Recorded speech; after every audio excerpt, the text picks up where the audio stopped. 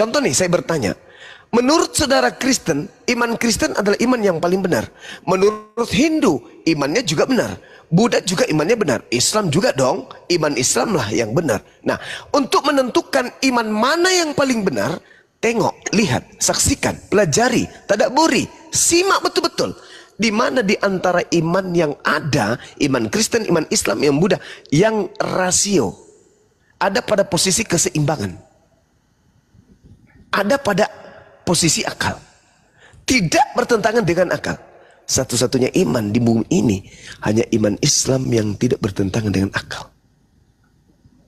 Itu sah, tidak bisa diganggu gugat. Nah, ketika saya menjelaskan tentang yang tadi, Allahus Samad, ya semuanya tergantung kepada Sang Pencipta langit dan bumi.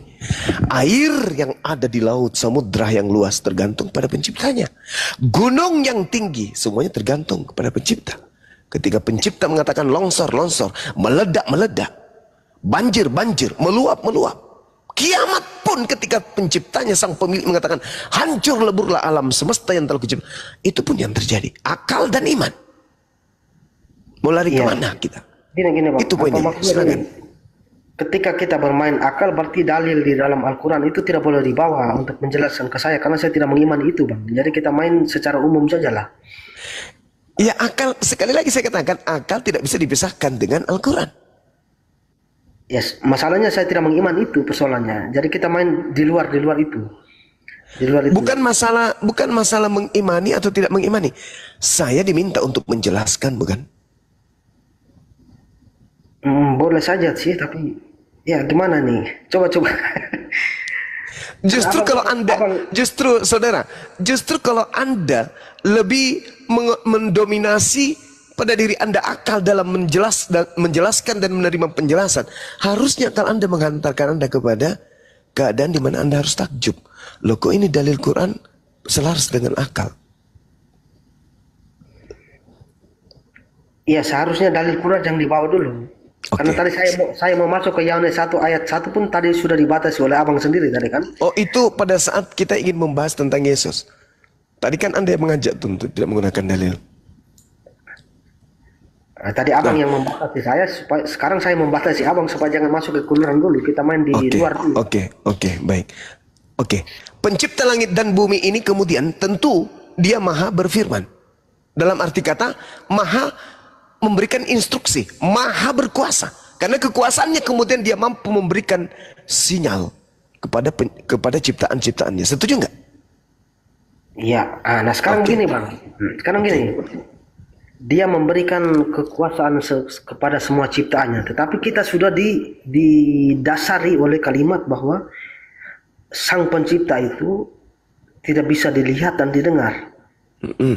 Nah, bagaimana kemudian ciptaannya ini bisa mendengar dia, dan kemudian dia ini diperkenal oleh ciptaannya kepada ciptaan lain. Ya, dalam ciptaan yang pertama adalah malaikat pastinya. Kemudian malaikat ini memperkenalkan kepada Nabi, kemudian Nabi meneruskan kepada kita, begitu kan? Sementara kita sudah didasari dengan Sang Pencipta ini tidak bisa dilihat dan didengar. Nah, bagaimana caranya malaikat ini pertama kali menerima perintah kepada Sang Penciptanya? Yang mana yang saya tahu, semua ciptaan siapapun termasuk malaikat akan hancur ketika mendengar langsung bahwa perintah yang diterima itu langsung dari Sang Pencipta. Yang saya tahu, setahu saya dalam Islam itu namanya tabir. Nah, kalau tidak salah. Tabir ini harus dibahas juga. Tabir ini apa? Karena malaikat tidak mungkin menerima langsung firman langsung dari Sang Pencipta itu. Harus ada tabirnya. Saudara, Anda tahu nggak air keras itu? Air keras, air raksa. Iya. Nah, air raksa itu kalau disiram ke jari tangan kita nih, tangan kita meleleh. Oke ya. Tapi masa rasa sama seperti air raksa tersebut juga disiramkan kepada botol, botolnya nggak pecah. Padahal jenisnya sama, yaitu sama-sama air keras. Kenapa kemudian tangan manusia bisa hancur, sedangkan botol yang menampung air ini tidak hancur? Menandakan pemikiran kita kemudian sampai kepada titik bahwa dimensi satu bentuk atau satu wujud atau satu makhluk atau satu keadaan itu tidak sama semuanya. Jadi kalau misalnya kita mengatakan Tuhan tidak bisa dilihat, Tuhan tidak bisa didengar, itu oleh kita manusia. Hal itu kemudian tidak berlaku kepada makhluk yang lain.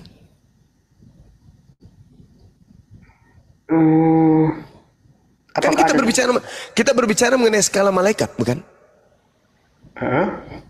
Nah, itu dia.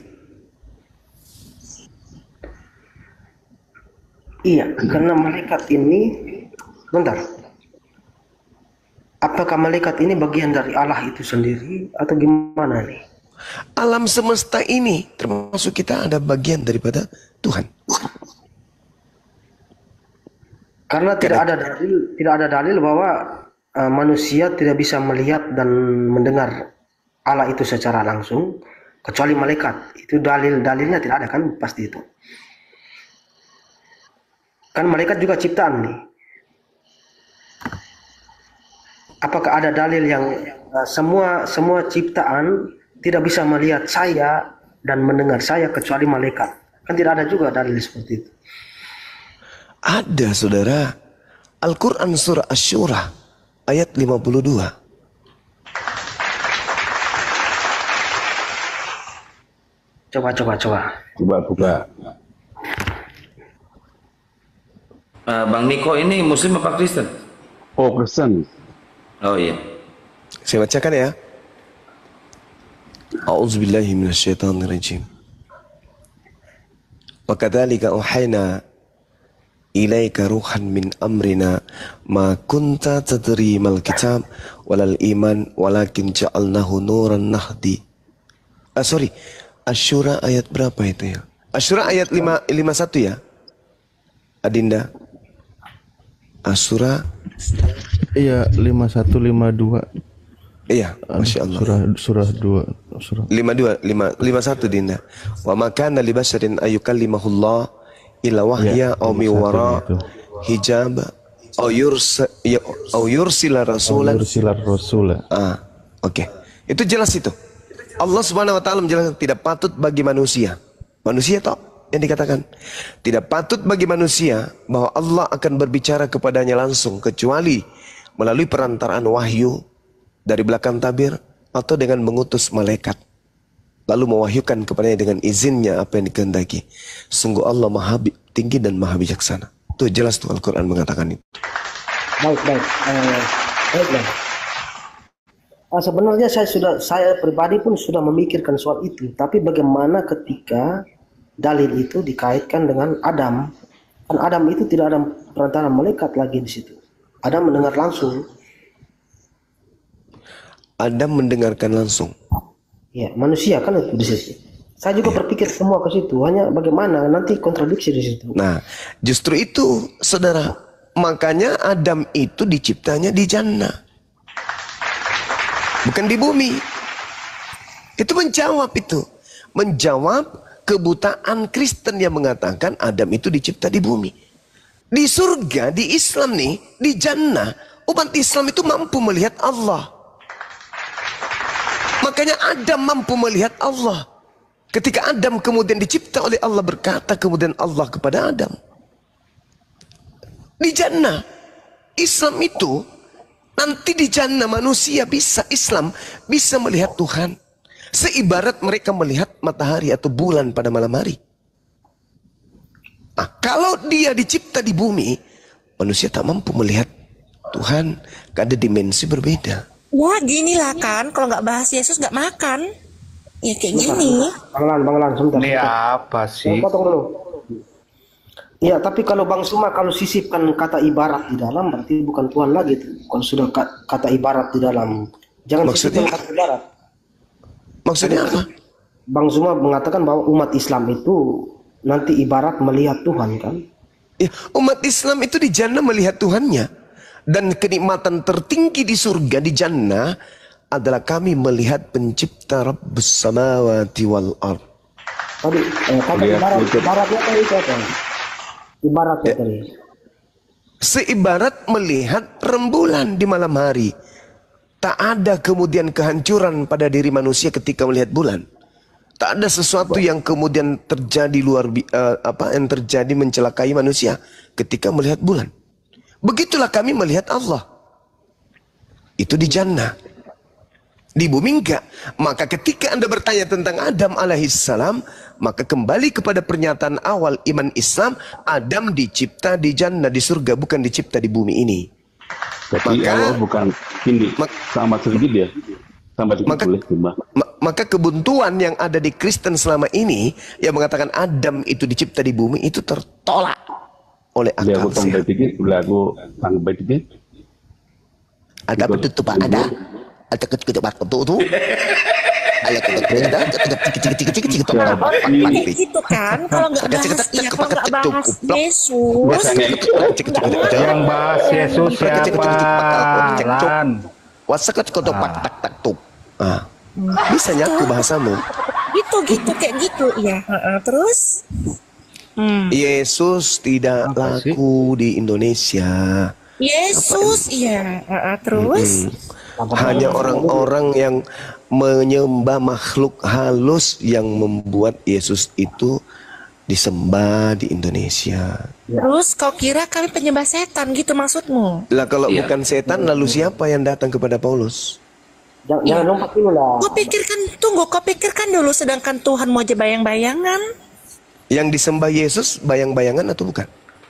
Tombak, teman-teman halal. Tuhanmu dulu yang kau pikirkan. Yesus kan menyembah Tuhan kan? Tuhannya Yesus itu bentuknya kayak mana?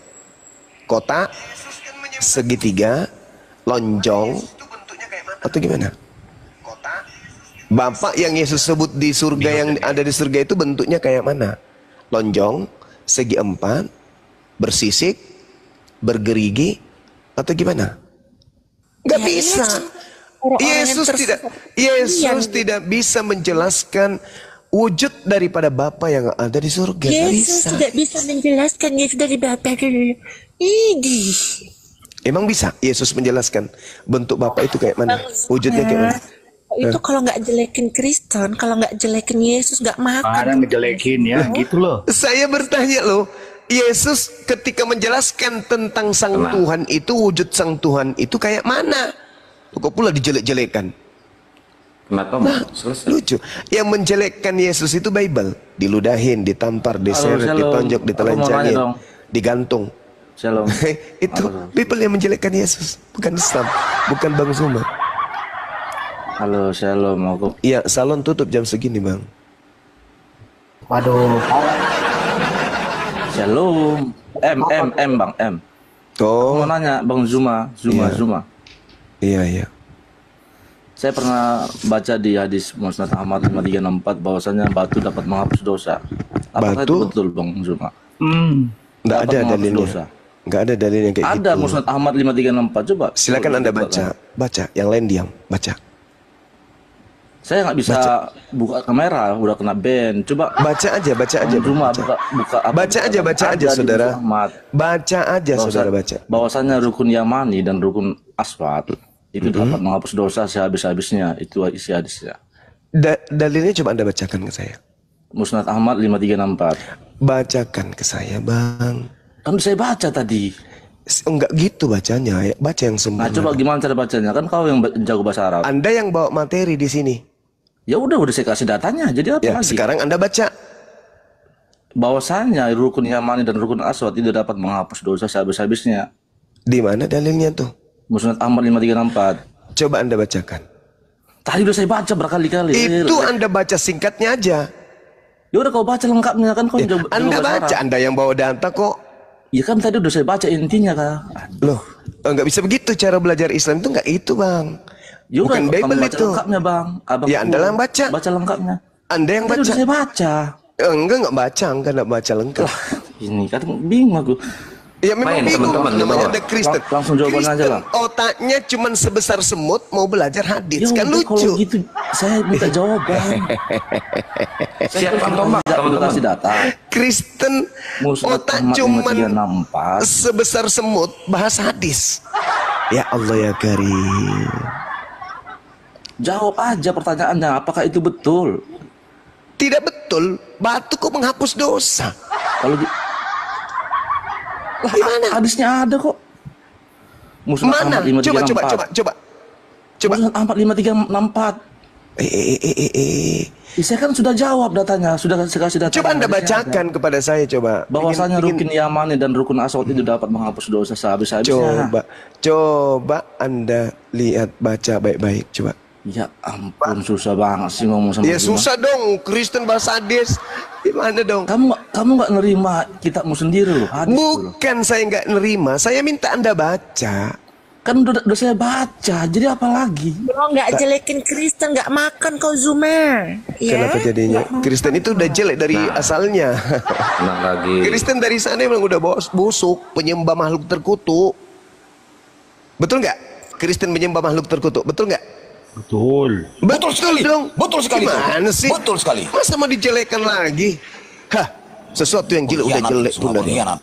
Lucu ente. Tai nggak perlu dibilang Bahas bau. Yesus, kalau nggak Tai itu udah bau dari sana. Ya, nggak makan. Kayak kamu jarak 30 km bau narkobengmu udah ketahuan. Oh itu pemakai.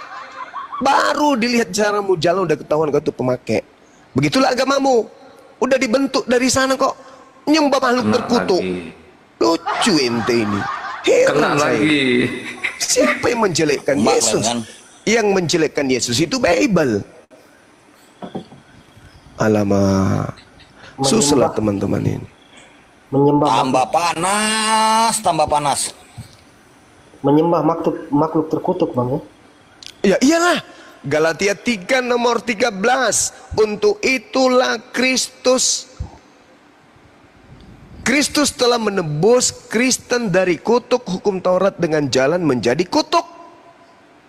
Sebab ada tertulis, terkutuklah orang yang digantung di atas pohon. Itu dalil, Bang. Siapa itu yang terkutuk tuh?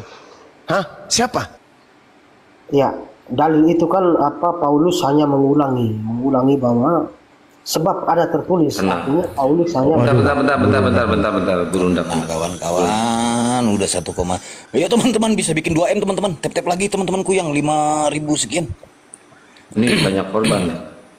Ini kayaknya grup-grupnya si Olan ini. Kan jelas di sana tertulis. Galatia 3 nomor 13. Kristus telah menebus kita dari kutuk hukum Taurat dengan menjadi kutuk karena kita. Sebab ada tertulis, terkutuklah orang yang digantung di situ tuh, digantungnya kan gitu. Nah, Martin, siapa yang digantung di tiang salib terkutuk itu?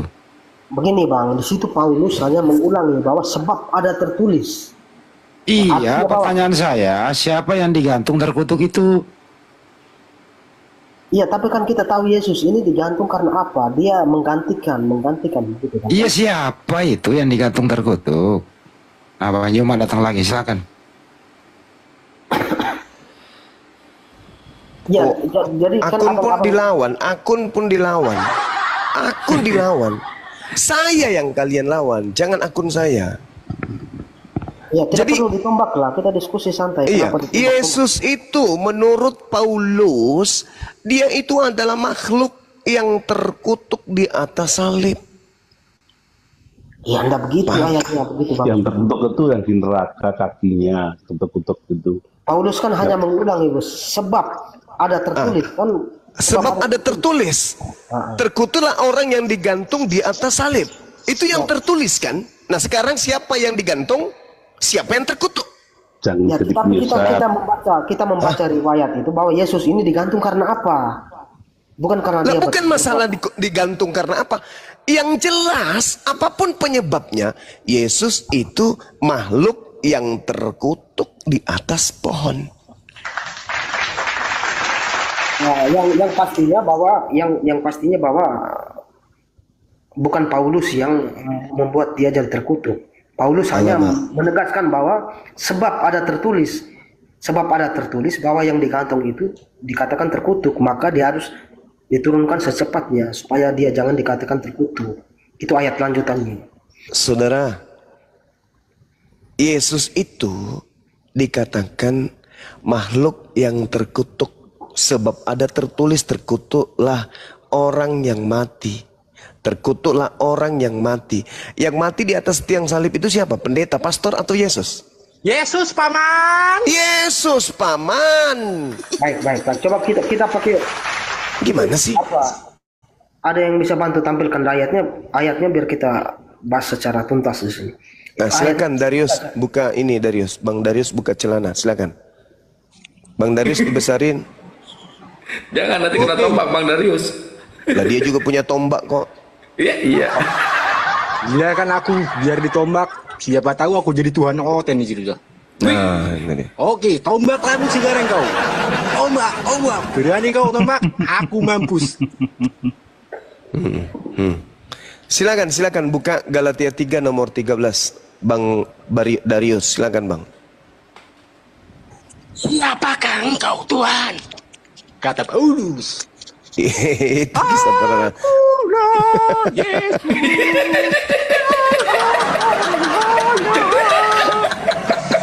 Mulai. Buka.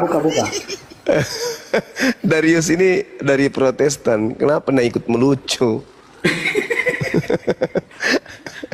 Ayo saudara Darius minta tolong buka Galatia 3 nomor 13.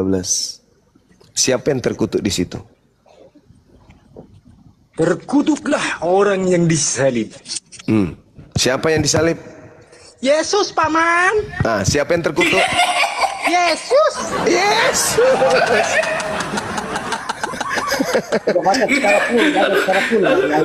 Jadi gak ngantuk. Itu saudara sendiri yang mengatakan, saudara Darius sendiri yang mengatakan. Boleh aku malah nggak sedikit, Suma? Iya, silakan. Ya, jadi yang terkutuk itu di neraka ya, pasti neraka. Lah yang neraka sebentar, itu malah ternyata kakinya Allah sendiri loh dalam Bukhari 4:40. Dan Muslim Muhammad dan pengikutnya diberi ketentuan mendatangi neraka dalam Matius 7:1. Jadi udah jelas semua. Jadi ini perdebatan rampung selesai. Menarik. Oke. Menarik. Gantian kita. Gantian. Oke, jadi pertama, lu kakek di neraka dalam Bukhari. Ya, gantian. Gak usah ngajarin saya. Saya ini gurumu. Oke. Kalau seekor ikan kecil, ikan kecil nih sebesar jarum disimpan di laut. Sebentar. Sabar dulu. Saudara tuyul. Diam dulu, saudara. Diam dulu ya. Seekor ikan kecil yang tak berdaya. Kamu jangan.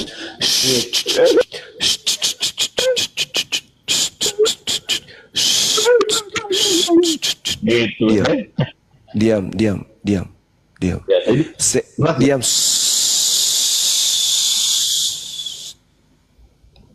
Diam.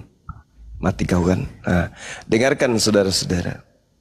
Untuk membantah subhat manusia tak berotak seperti tadi.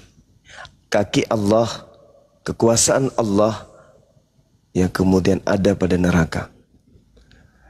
Ikan kecil nih sebesar jarum disimpan di laut. Ikan yang tak ada daya sama sekali disimpan di laut. Ikan yang tidak bisa koar-koar, tidak bisa menghina umat Islam, disimpan di laut, di samudra yang luas. Hidup gak?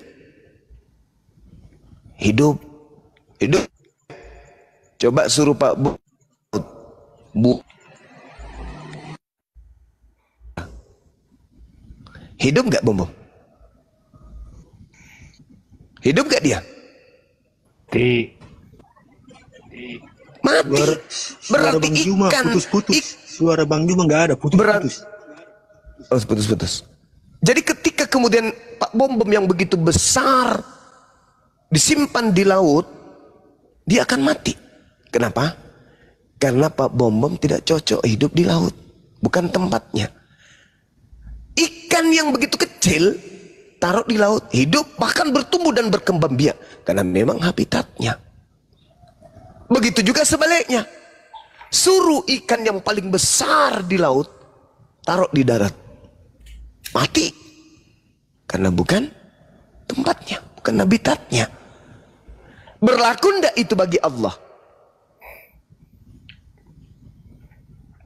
Allah kemudian menempati tahtanya, misalnya di laut, atau dia di daratan, atau dia dimanapun. Berlaku nggak hal seperti itu? Sifat makhluk pada Allah? Tidak. Tidak. Jadi neraka bagi Allah bukan seperti neraka bagi Kristen. Neraka itu tempatnya Kristen dibakar. Neraka bagi Allah hanya satu dari makhluk ciptaannya saja.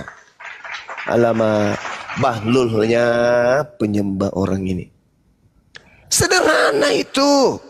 Nah, ketika Anda mengatakan umat Islam masuk ke dalam neraka, ini tak kasih dalil ya.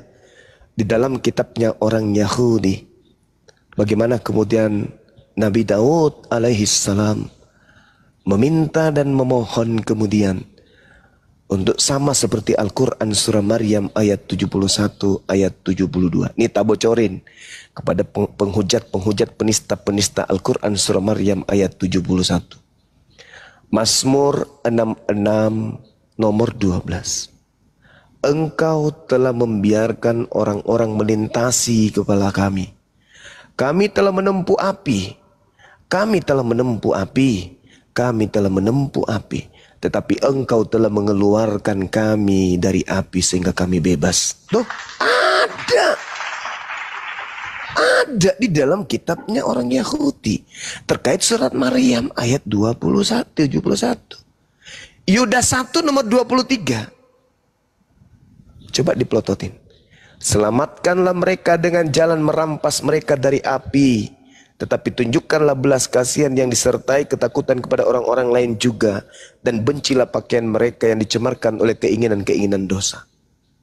Selamatkanlah mereka dari jalan dengan cara merampas mereka dari kobaran api.